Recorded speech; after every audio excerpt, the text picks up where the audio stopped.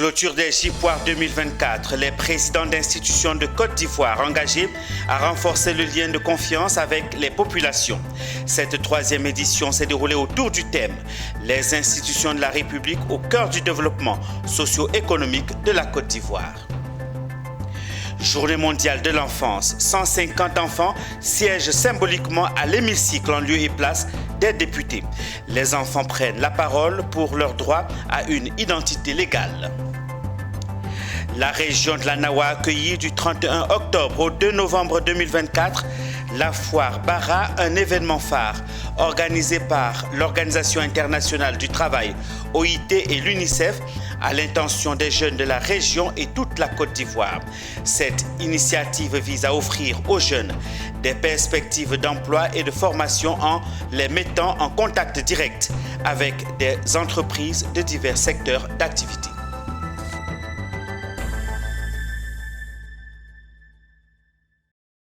Madame, Monsieur, c'est toujours avec un réel plaisir que nous vous proposons les informations sur la chaîne panafricaine Business 24 Africa. Merci de suivre cette édition complète qui débute avec la clôture des JPOAR 2024.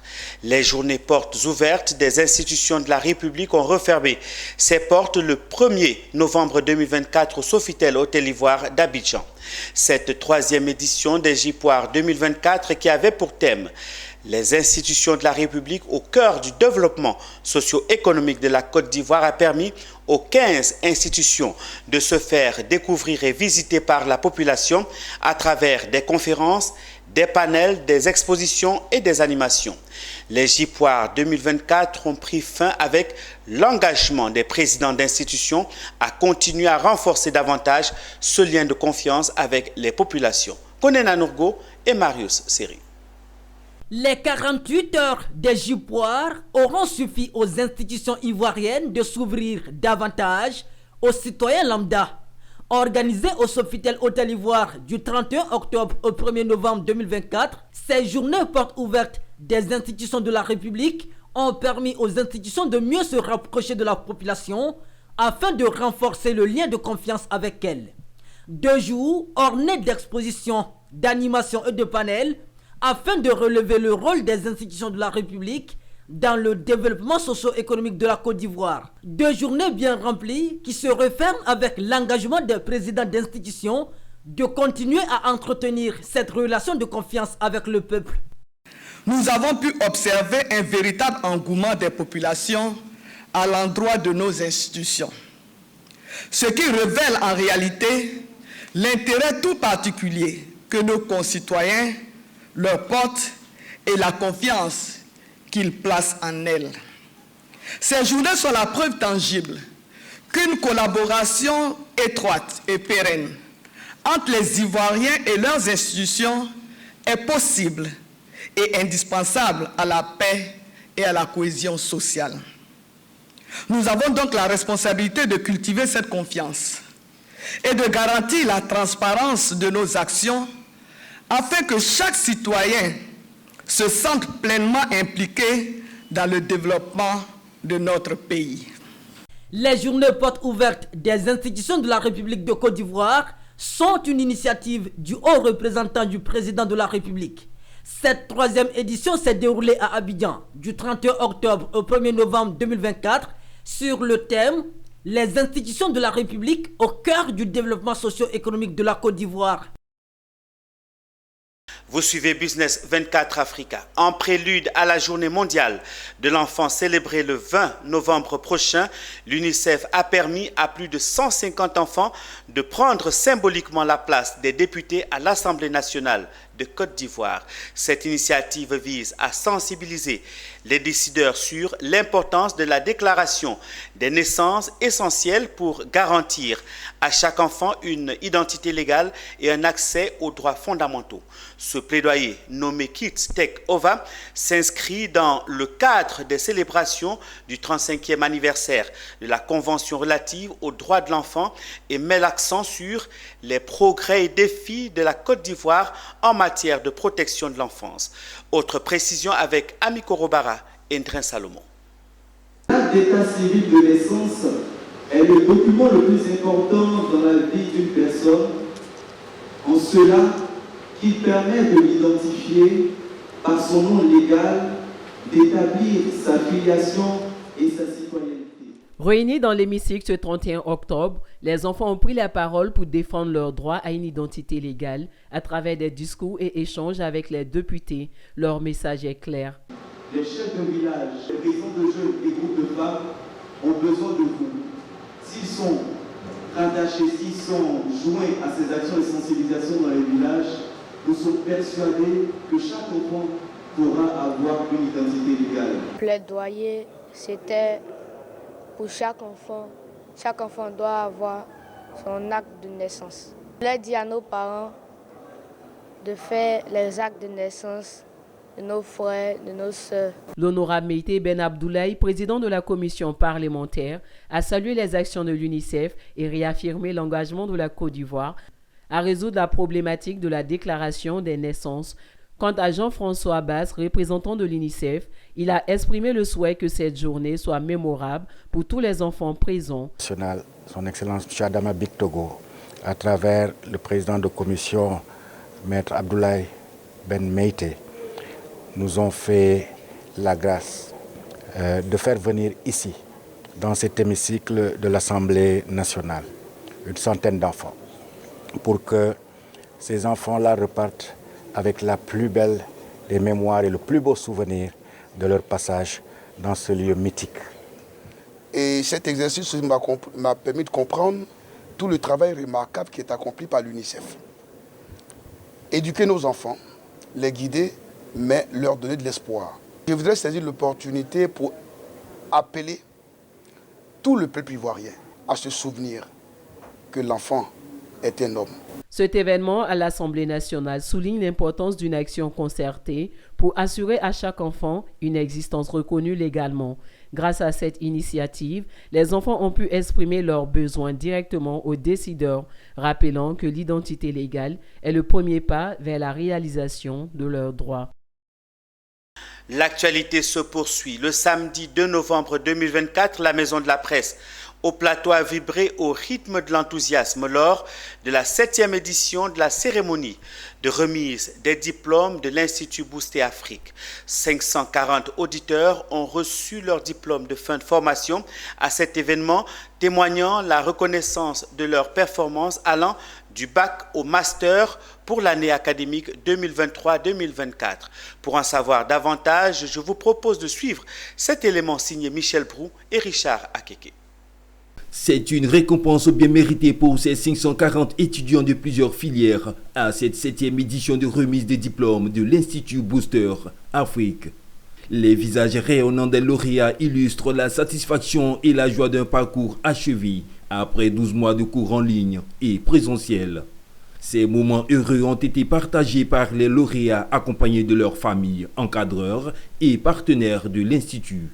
Ces diplômes marquent le début d'un nouveau chapitre dans leur carrière professionnelle.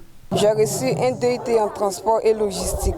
Je suis vraiment très heureuse de recevoir ce diplôme parce que ça va m'apporter de grandes choses dans ma carrière professionnelle. J'ai obtenu aujourd'hui mon DUT en RH Com et communication. Donc, je suis très émue. Actuellement, je suis très contente de recevoir mon diplôme. C'est une grande fierté pour nous. C'est un honneur. Pour tous nos récipiendaires, pour ceux qui ont eu les diplômes. Et en tant que parents, c'est une fierté. Quand nous voyons nos enfants, ceux que nous avons encadrés, aujourd'hui être récompensés de leur effort, on ne peut qu'être fiers. Et on prie Dieu qui les oriente encore et qui continue sur cette lancée. Le président de l'école a souligné l'importance de l'éducation dans le développement personnel et professionnel des impétrants. Nous pensons qu'aujourd'hui, il est important de donner la chance à chaque jeune, parce que nous sommes l'école de la seconde chance. Donc donnons une seconde chance, parce que d'abord nous avons eu tous une première chance, qui était les cours en journée, donc l'école classique. Aujourd'hui nous donnons une seconde chance à tous ces travailleurs, ces jeunes, qui à un moment donné ont arrêté les études. Vous leur dites qu'il y a encore de l'espoir. Il y a de l'espoir pour développer encore ce potentiel, de réaliser ses rêves, parce que chacun a un rêve à réaliser. Et il faut donner aujourd'hui la chance, une seconde chance à cette personne-là de venir faire des programmes en soir ou des programmes en ligne pour compléter son niveau de sa formation. Parce qu'on sait qu'un jour, il aura besoin d'un diplôme quelque part dans son activité. Créé depuis 2017, l'Institut Booster Afrique continue de soutenir les apprenants dans leur quête de réussite, de les encourager à rêver grand et à réaliser leurs ambitions par des programmes de formation avec à la clé des diplômes du bac, BTS, licence, DUT et master.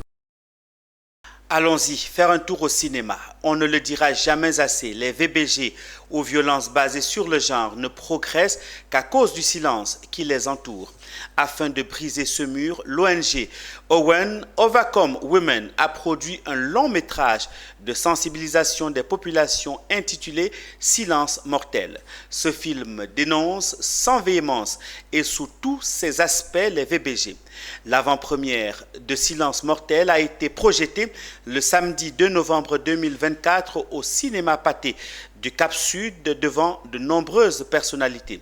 Le résumé de cette soirée cinématographique avec notre reporter Philippe Zabo. Ce sont 3 héroïnes au destin tragique qui tirent leurs origines dans les violences basées sur le genre. La première, victime de mariage forcé. La seconde, violentée dans son foyer conjugal. Et la dernière, victime d'un harcèlement sexuel en milieu scolaire. Tout cela parce que la société garde le silence face à ces violences. L'ONG Overcome Women et l'ONU Femmes, producteurs du film et ses partenaires, ont décidé de lutter contre la violence basée sur le genre en brisant le silence par la promotion du silence mortel. La réalité, c'est que les violences basées sur le genre existent dans tous les pays. Et ce film nous a permis de visualiser ce qui se passe dans l'invisible, au sein des familles, au sein des écoles, au niveau même du mariage. Et c'était très important pour nous de voir cela. Mais en même temps, ce film nous a donné beaucoup d'espoir, beaucoup d'espérance pour voir qu'il y a des hommes et des femmes qui chaque jour travaillent pour que ça cesse. L'idée de ce film est venue de ce que nous vivons au quotidien avec les femmes que nous suivons. Nous sommes une ONG qui existe depuis 2018 et nous sommes engagés sur les questions de violence basées sur le genre. Et chaque fois, nous recevons des cas de femmes qui sont battues, des jeunes filles qui sont abusées sexuellement, des jeunes filles qui sont victimes de mariages forcés et qui n'ont pas les ressources financières pour pouvoir s'en sortir. Et nous sommes dit, et si nous faisons un film qui nous aidera à sensibiliser, à mobiliser les ressources, éduquer, sensibiliser et soutenir les femmes. C'est un film à l'honneur de la société civile. C'est un film pour la société civile. La société civile se bat, les ONG se battent et on avait besoin de quelque chose de plus fort pour sensibiliser. L'un des présidents de l'avant-première de Silence mortel, membre du compendium des compétences féminines, a profité de l'occasion pour lancer un appel aux hommes. Engagez-vous, n'ayez pas peur. La moitié de la population ivoirienne, ce sont des hommes. Imaginez que nous, les hommes, on puisse mieux soutenir les femmes en Côte d'Ivoire. Le combat qu'elles sont en train de mener en se battant mètre par mètre, si nous, on se mettait tous à leur service, comme on le fait, et on essayait de tous les accompagner dans les ONG, dans leur combat, on réglerait ce problème-là. Selon la représentante de l'ONU Femmes à la cérémonie, en 2022, près de 8000 cas de violence basés sur le genre ont été constatés en Côte d'Ivoire. Les acteurs du secteur routier seront récompensés le 20 décembre 2024. Bientôt les awards de la sécurité routière. La 3e édition se tiendra les 19 et 20 décembre prochains au Jardin du Rail, 6 à Abidjan Plateau. Une cérémonie de récompense des acteurs du secteur du transport ayant œuvré à réduire le taux d'accidents sur les routes. Le thème choisi pour cette 3e édition est « Ensemble sauvons des vies sur nos routes ». Les précisions avec Anja Sémian et Seth Ekissi. C'est un événement qui se veut annuel. Les awards de la sécurité routière et sociale mettront en lumière tous les acteurs du marché des transports, des assurances, de la régulation, de la voie publique et de la santé. Une initiative portée par l'ONG Lueur d'Espoir. Les awards de la sécurité routière viennent faire la promotion du triptyque innovation, excellence, qualité dans les prestations des acteurs de la sécurité routière. La sélection des lauréats se fera par un jury expérimenté dans chaque sous-secteur de ce vaste domaine. Ce sont plus de 300 personnes qui sont attendues à cette cérémonie. La soirée de distinction sera précédée d'un salon des équipements automobiles auquel le public aura droit à des panels, des conférences sur la sécurité routière. Le tout couronné par une grande opération don de sang, une substance essentielle dans les premiers soins pour maintenir en vie certaines victimes des accidents de la voie publique. C'est un salon des acteurs de la sécurité routière, comme je le disais tantôt, c'est un salon des acteurs de la sécurité routière, une occasion de rassembler tous ces acteurs-là en un seul lieu pour échanger, pour partager les expériences et donner aussi l'information au grand public qui est souvent non informé ou mal informé. Pourquoi ce thème? Parce que vous savez, les accidents, la route tue énormément. Voilà. Et lorsque nous nous mettons ensemble, quand nous formons nous pouvons lutter contre l'incivisme sur nos routes. Les 19 et 20 décembre 2024, le Salon des équipements automobiles suivi des Awards de la sécurité routière et sociale se dérouleront sous le thème « Sauvons des vies sur nos routes ». Poursuivons avec l'actualité dans les régions. Prenons la route de Danané pour commencer. Direction les cantons Calais dans le département de Danané. La fondation KED a offert récemment du matériel à 3000 femmes des 54 villages du canton Calais. Une occasion pour Edwige Dieti, présidente de la fondation KED, de sensibiliser les femmes à l'enrôlement sur la liste électorale. Théodore Kanga pour les détails. Le 19 octobre dernier, le canton Calais a accueilli une cérémonie dédiée à l'autonomisation des femmes et à la sensibilisation et l'inscription sur la liste électorale. Ce double événement a rassemblé plus de 3000 femmes venues de 54 villages du canton Calais, toutes vêtues de blanc pour symboliser l'unité, la détermination, mais et surtout pour célébrer la paix retrouvée dans ce gros canton. Nous avons décidé de mettre les femmes ensemble pour qu'elles puissent s'entraider, pour que la cohésion soit notre leitmotiv, pour que l'entraide soit notre leitmotiv. Voilà pourquoi aujourd'hui nous avons décidé de dédier ce jour à la célébration des femmes du canton Calais. C'est près de 3000 femmes qui sont célébrées aujourd'hui. Elles partiront toutes avec des présents pour marquer notre amour à ces femmes-là. Le président nous a toujours dit d'être solidaires. C'est pour ça que nous marchons dans la Côte d'Ivoire solidaire. Aujourd'hui, le canton Calais est uni. Toutes ces femmes sont joyeuses. On voit la joie, la gaieté dans leur cœur parce que leur fille est toujours présente à leur côté. Donc je demande qu'il y ait vraiment la cohésion, qu'il y ait la bonne entente au sein de toutes ces femmes-là. Orchestrée par Edwige Dieti, présidente de la fondation KED, elle a offert des pailles et des ustensiles de cuisine aux mamans. Albert Flendé, ministre-gouverneur du district des Montagnes, a également pris la parole pour exprimer le sens et l'importance de l'inscription sur la liste électorale. Madame Edwige Dieti, présidente de la fondation KED et marraine de cet événement, nous tenons à vous exprimer notre traditionnel Kasséné et vous témoigner publiquement l'immensité de l'amour que nous vous portons car vous êtes notre fierté. Aujourd'hui, ça nous permet d'être uniques. Les initiatives prises par la fondation KED sous la direction de Edwige Dieti sont à saluer et à soutenir pour un avenir où les droits et la voix des femmes sont soutenus et valorisés. À Yamoussoukro à présent, l'État de Côte d'Ivoire a entrepris des démarches afin d'aider et de prendre en charge les orphelins et autres enfants rendus vulnérables du fait du VIH-Sida. Ainsi, du 24 au 25 octobre 2024 a eu lieu dans la capitale politique de la Côte d'Ivoire un atelier bilan des activités en matière de soins aux OEV. Une initiative du ministère de la Femme, de la Famille et de l'Enfant avec tous les acteurs de la société civile, ONG, partenaires et communautés. Suivons.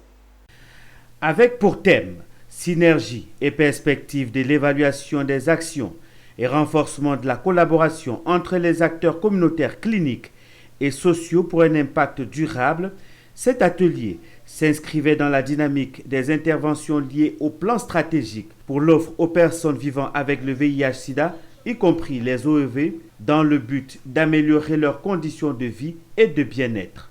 Aussi, il était question de faire le bilan des activités en matière de soins et soutien aux OEV et leurs familles.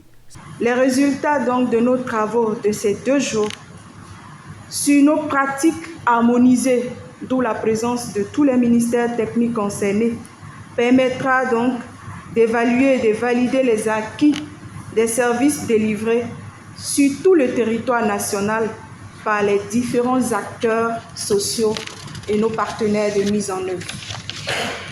Nous restons donc ainsi persuadés que la qualité des échanges durant ces 2 jours permettra certainement de consolider les acquis et de renforcer la synergie d'action entre les partenaires de mise en œuvre. Il était bon que nous venions tous assemblés avec les acteurs, présenter ce qui a été fait, partager les bonnes expériences et échanger sur les perspectives. Au thème du bilan, nous sommes aujourd'hui à plus de 150 000 enfants orphelins et vulnérables pris en charge par le PNEV, et depuis sa création, nous avons dépassé les 300 000 enfants pris en charge. Donc, c'est ce bilan-là que nous venons partager aujourd'hui et également appeler à l'engagement. Pour rappel, l'OEV est le programme national de prise en charge des orphelins et autres enfants rendus vulnérables du fait du VIH-Sida. À Soubré s'est déroulée la foire régionale dénommée Bara. La région de la Nawa a récemment accueilli la 2e édition de cette foire régionale de l'emploi. Placée sous le thème « Autonomisation économique des jeunes pour l'éradication du travail des enfants », cette initiative orchestrée par l'Organisation internationale du travail OIT et le Fonds des Nations Unies pour l'enfance UNICEF rassemble les acteurs clés dans une démarche concertée pour favoriser l'accès à l'emploi des jeunes et lutter efficacement contre le travail des enfants. Alan Itoa pour le commentaire. La foire régionale de l'emploi, dite Bara, réunissant entreprises, organisations de la société civile, institutions de formation et jeunes en quête d'opportunités, se veut un espace de rencontre entre l'offre et la demande d'emploi dans une région marquée par la prédominance de la culture du cacao et les défis socio-économiques. Il faut savoir que le système des Nations Unies a ouvert un bureau dans la zone de Soubré avec l'OIT et l'UNICEF et l'OIM pour se rendre plus disponible et plus proche de la population et des autorités pour les accompagner dans leur politique de promotion de l'emploi et notamment l'emploi des jeunes. À travers cette foire, les jeunes seront à mesure d'avoir toutes les informations utiles à une insertion réussie. L'autre aspect de cette foire, c'est que nous voulons aussi créer le lien et sensibiliser sur l'importance de la lutte contre le travail des enfants. En effet, cette foire a été lancée avec l'appui de 2 gros projets de l'OIT, le projet Axel et le projet ENACT. On sait tous les problèmes auxquels se heurtent les jeunes de Soubré. Et il est connu qu'une jeunesse oisive, c'est une jeunesse qui est accessible à tous les vices. C'est ce que nous voulons éviter. Nous voulons assurer un meilleur avenir à nos jeunes. Je suis sans emploi, donc je suis là pour une recherche d'emploi. Il y a plusieurs structures, plusieurs entreprises qui sont là et qui nous parlent un peu des postes, des opportunités que nous pouvons avoir. La foire Bara, véritable plateforme de mobilisation pour l'emploi des jeunes, va à coup sûr renforcer les actions en faveur des jeunes de la Nawa. Voilà, j'ai eu l'occasion d'échanger avec les agents de l'emploi jeune et ça m'a permis d'avoir un stage de perfectionnement. Cette initiative portée par les projets ACCL Africa et ENACT vise à instaurer des conditions de travail décentes pour les jeunes et les femmes, tout en réduisant la prévalence du travail des enfants dans les filières à risque comme le cacao et l'or. Une page noire dans cette édition. La grande faucheuse a visité la rédaction de Business 24 Africa. Depuis le vendredi 1er novembre 2024, nous avons perdu l'un des nôtres, notre confrère Djekou De Silva, le producteur délégué et présentateur de l'émission Les Rendez-vous de l'environnement s'en est allé. Un décès subi plongeant toute la rédaction dans les mois. Nous vous proposons un extrait de son émission.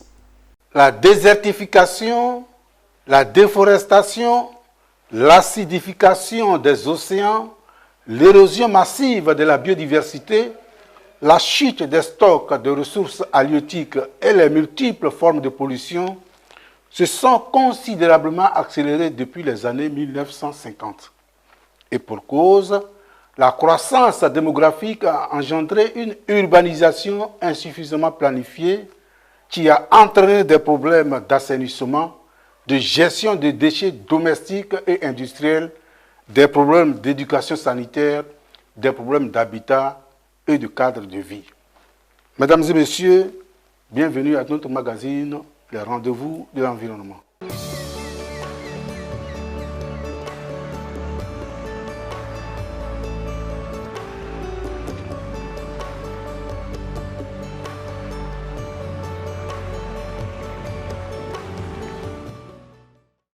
Nous lui souhaitons à notre confrère un très bon voyage sans retour et que la terre de nos ancêtres lui soit légère. C'est sur cette triste note que nous refermons cette édition. Merci de l'avoir suivi.